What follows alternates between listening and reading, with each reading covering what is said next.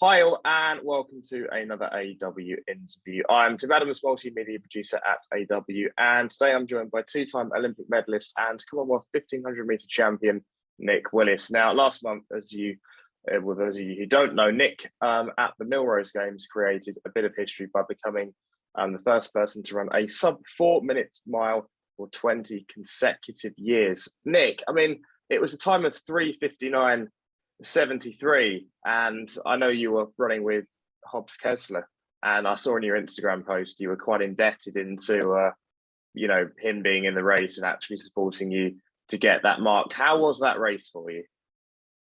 Yeah, no, thanks for having me, first of all, Tim. I'm going back to that race. Obviously, I was out of my league. Like, the guys up front ran 3:50, so I was a whole 9 seconds off the race. I probably had no right being there.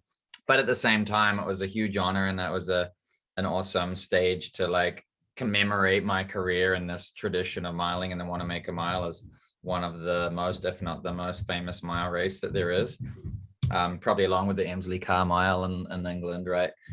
So it was a huge honor. But the problem was the pack was so far ahead, and I wasn't able to bridge that gap myself. So the fact that my training partner Hobbs was having a slightly off day himself, but not as off day as me, he was able to like pull me through and help bridge that gap in the middle laps until we started catching some of the struggling runners. The biggest challenge in a mile race is that the middle part of the race, the second and third quarters, when you're sort of trying to stay under that red line.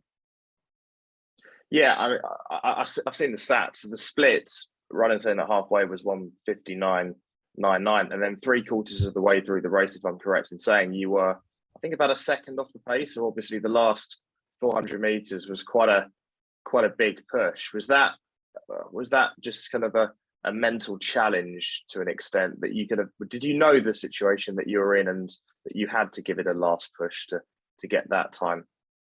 I was aware of it. I didn't realize it was as much that we would require. It wasn't until I heard the announcer over the speaker say he needs a 28.7 to break it. So I was like, all right, here we go. It's going to be a nail biter again, because I had actually tried to attempt it a month earlier on the same track, and I just missed out by 0.2 of a second. So this time I made it by 2.2 of a second. So yeah, it really was by the skin of my teeth that I was able to succeed in that attempt. It's incredible. I mean, you've had so many messages of support, and I saw on your Instagram and other social media channels the reaction to that race. What was that like for you? That you were getting that recognition, as a 37, now 38-year-old.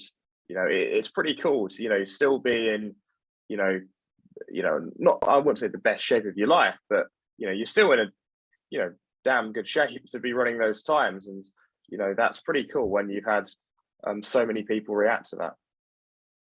Yeah, there were two parts to it. It was very humbling, and like it was a very big honor to be like cheered by the crowd as they announced my name on the start line and all of that sort of stuff. I almost had to hold myself back from tears that they would still give me that recognition.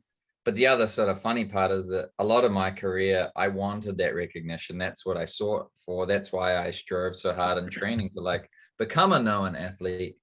Whereas now at 38, I couldn't care less about that attention. Like, I'm ready to move on from all of that stuff and get on with my normal life and not be known as Nick the Runner anymore, right? And yet here's this occasion, which is like propelling me up more than perhaps I ever have, more than Olympic medals even. But because I work in marketing for a running brand, which I also represented in the race, like I'm motivated for reasons from my professional career as like trying to help the brand that I'm working for succeed. So it was valuable in that sense. So it was a really interesting dichotomy. I was about to say, how does that work? That you have other interests, and it's not just running now. I'm aware you've got a skateboarding kind of love as well, and you do kind of take part in other sports, and that kind of keeps you fit. Like, how does that work for you? Now at your age. Yeah, I need those other outlets. I want the exhilaration and the fun. Like, running is the ultimate pursuit of delayed gratification. You have to work and work and work towards something, and then you get the reward afterwards, and it's extremely satisfying and gratifying, right? 100%. at my stage in my career, I've reached the pinnacle. I'm never going to get as fast as I ever have before. So it's a lot harder to like experience that delayed gratification anymore.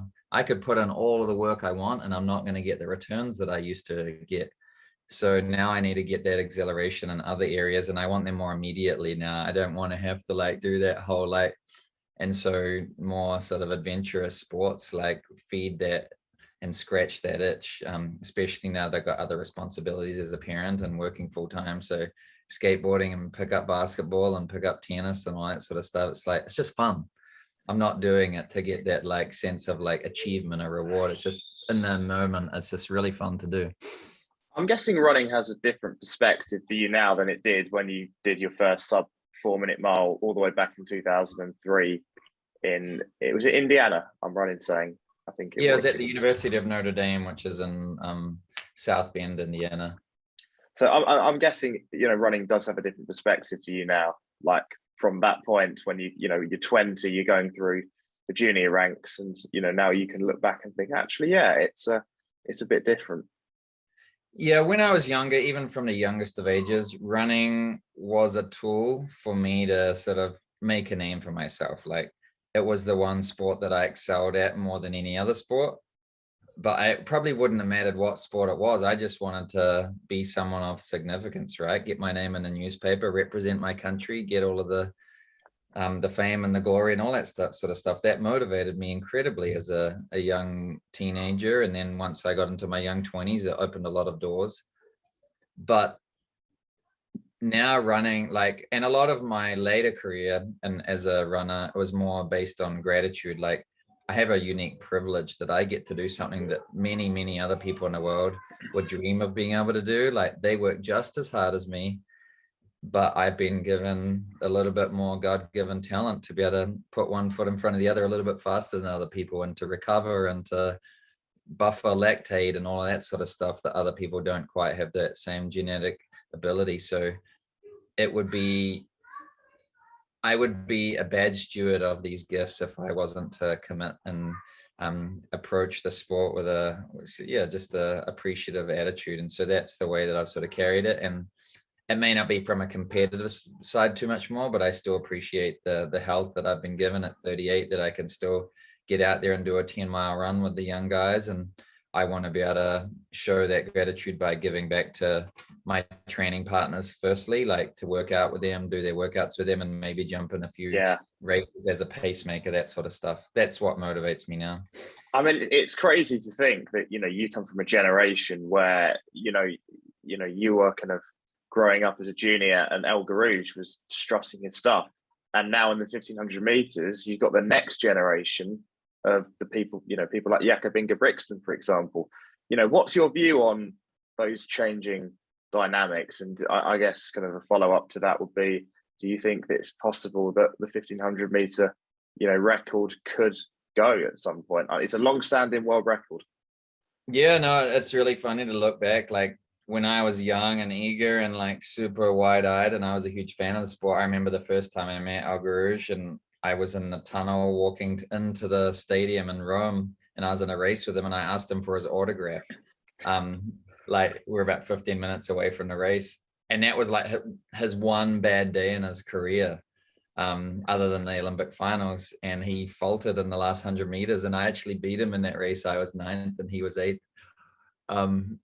And then I also, with Jakob Ingebrigtsen, I don't recollect meeting him, but I went up to him at the pre-classic a couple of years and go, "Hey, nice to finally meet you." And he says, "Actually, we've already met before in 2014 at the pizzeria in Oslo." Okay. Now I was friends with Henrik at the time, and Henrik and I were racing against each other, and the whole Ingebrigtsen family was there at the pizzeria by chance when we were. But Jakob was only like 11 years old or 12 years old or something, and he was just a little kid. I didn't know who he was, but he obviously knew who I was, as I was a competitor of Henrik's, and so now he's the superstar. So it's really funny to sort of, as you say, bridge that gap between the different generations. Can 326.00 be beaten?